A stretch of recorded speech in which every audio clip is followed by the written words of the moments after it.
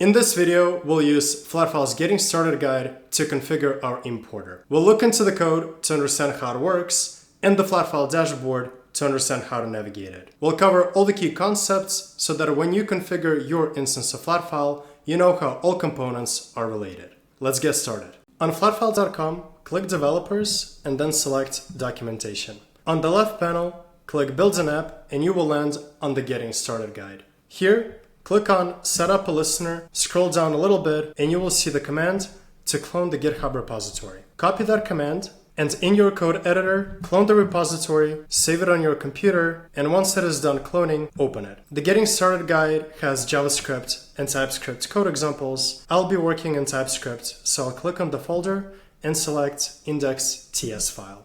Open the terminal, and let's first install all the necessary packages by doing the npm install command. Once the packages are installed, always a good practice to make sure they are on the latest versions. So let's do npm outdated to verify that all the packages are on the latest. Some are not, so to bring them up to the latest, let's do npm update. Once the update finishes running, let's make sure once more that no Flatfile packages are on non-latest version. We do see that all are on the latest versions. So code-wise, we're good to go. For the next step, let's create an account on the Flatfile dashboard. Going back to the docs where we left off, on the right, click Create Account, and on the right box, fill out your information. Once you fill everything out, click Sign Up, and now you will receive a link in your email. Click on that link, create your password, and you'll get access to the Flatfile dashboard. This is the first page that you will land on the first time you access your dashboard. You will see your account information that you've just created,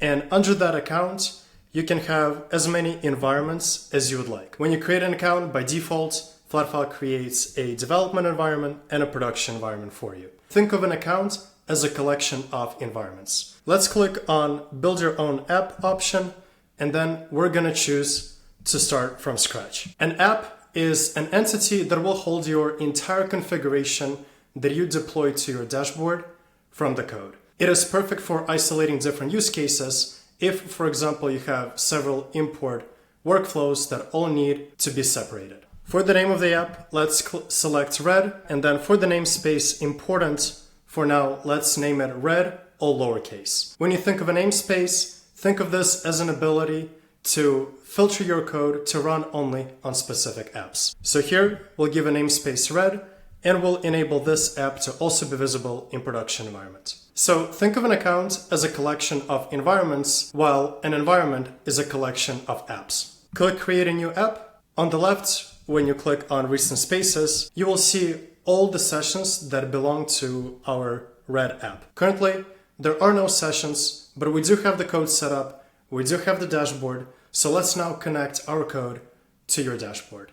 In the code, you will notice that we have several read-on statements. What we're going to do is to bring up all these lines of code into the one line for each of the statements. If we collapse them here, you will see them here. And if we collapse this one, you'll also see those lines of code here. Let's bring those up all to the same line to look at the structure of the code. After you collapse the statements, your code should look like this. As we go through the code, you'll hear me mention two key concepts several times: an event and a listener. An event is any action that a user takes in the importer, and a listener is a function in your code that listens to those events and reacts to them. When a user imports a file in the importer, that is an event that you can listen to in your code. When a user submits data to you, that too is an event that you can listen to in your code. Flatfile is a system based on events. As such, in the code, you can always tweak what should happen when a user does a specific action. Keep that in mind as we go through the rest of the video. In our code, we define the main Flatfile listener function, inside of which we have several listeners that each execute at different stages of the import process. Before we connect that code to the dashboard, let's define our webhook receiver that is going to serve as our mock database where we will send the test data. To define our mock database, go to webhook.site and you will see your unique URL.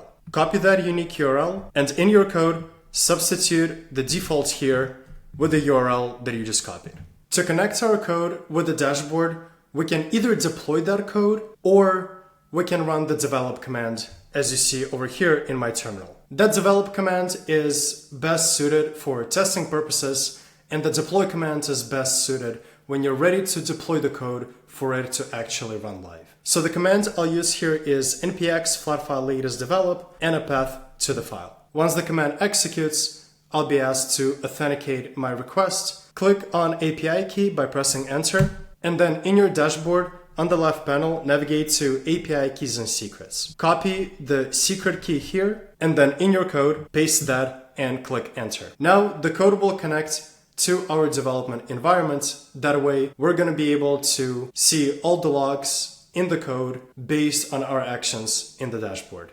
On the top, we have our dashboard, and on the bottom, we have the code that we just connected to the dashboard. On the top right, let's click Create New Space. A space is an entity that holds our configuration and UI components that comprise an importer. A space is where users import their data, sanitize that data, and submit it to your database. So going over the key concepts, one account can have one or multiple environments. One environment can have one or multiple apps, and then each app can have one or more spaces. Let's name our space Getting Started, and before I click enter, I'll show you that the following code will execute. Notice that here we're filtering for our code to only execute on apps that have namespace red. If we were to run that code on another app with a different namespace, it would not work.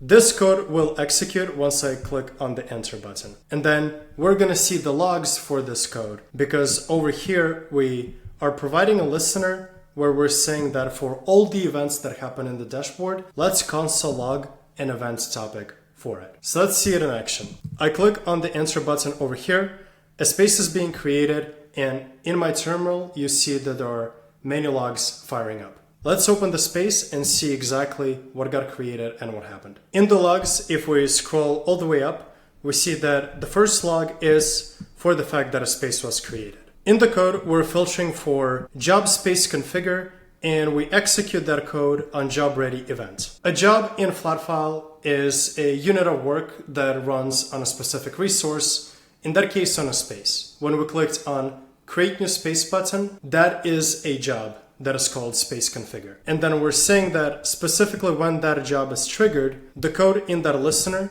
should execute. We first acknowledge the job inside of that listener, and then we're making an API call to create a workbook. Think of a workbook as a collection of sheets. If you open an Excel file that has 5 tabs, that means you have one workbook with 5 tabs on it. Same logic in Flatfile, a workbook is a collection of sheets. We're going to create a space automatically for that workbook, and then we're going to name it All Data. As we see here, the workbook name is All Data. As part of that workbook, we're going to create one sheet called Contacts. We can see that on the left panel here, as well as on the top. That sheet will contain 3 fields: first name, last name, and email field. We can see that in the Flatfile table over here. And then last but not least, we're also going to create a custom action for the submit button. An action in Flatfile is a custom UI component that you can create that users can click on.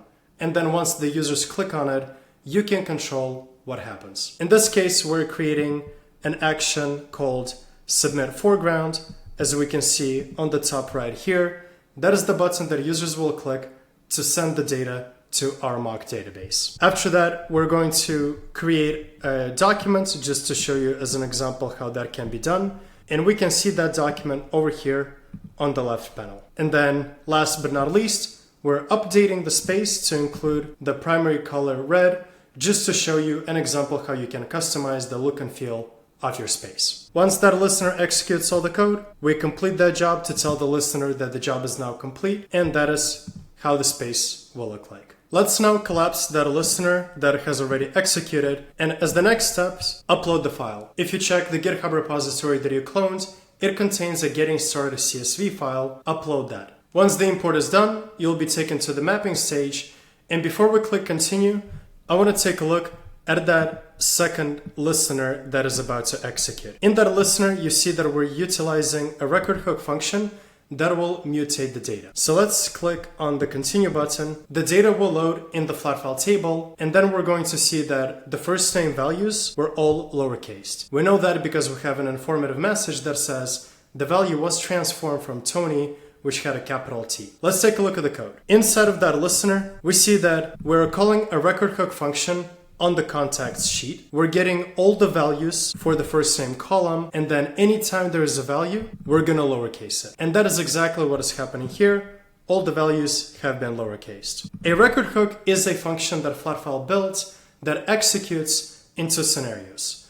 When the data is first loaded to the Flatfile table, and then anytime a record is modified. A record hook is a function inside of which you would write all your validations. Our first validation has to do with lowercasing first names, and our second validation has to do with validating that an email provided is actually a valid email. If we're gonna type some strange value here that is not gonna satisfy our regex statement here, an error will be thrown on that record to show that it is invalid email address. In the UI, you can also see other features that are available to you. For example, if you hover over the field's header and click on the three dots menu, you can see other functionality available to you, such as find and replace or replace empty values. Fun fact, you can even create your own custom actions here that you can explore separately in the Flatfile documentation. Another feature that is available to you is to filter by error. Here, we want to return all the records that contain errors specifically on the email field. We only have one such record,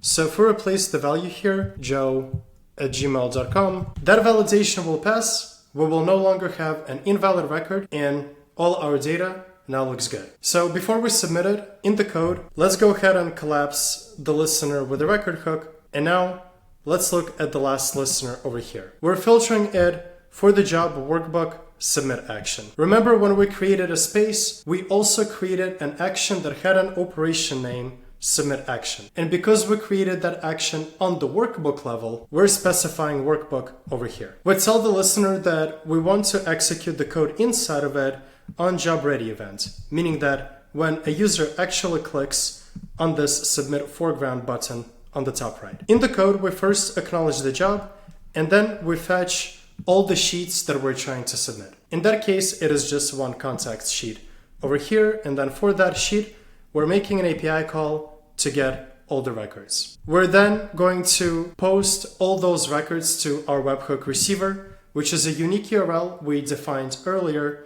and once all the records are sent to that URL, we're going to complete the job if everything executes correctly, and if something goes wrong in the process, we're gonna fail a job here. So let's see how it looks like. When I click on the submit foreground button here, we see the logs, the job is in progress, the data is being submitted, and when we check our webhook site URL, instead we see that the data has been sent over. So now you have the first version of your importer stood up. You know how the Flatfile code works, that all it is listening to the events and reacting to them in the code. From here, I encourage you to explore more of the Flatfile documentation so you can see what additional functionality you can integrate to complete your workflow. Thank you.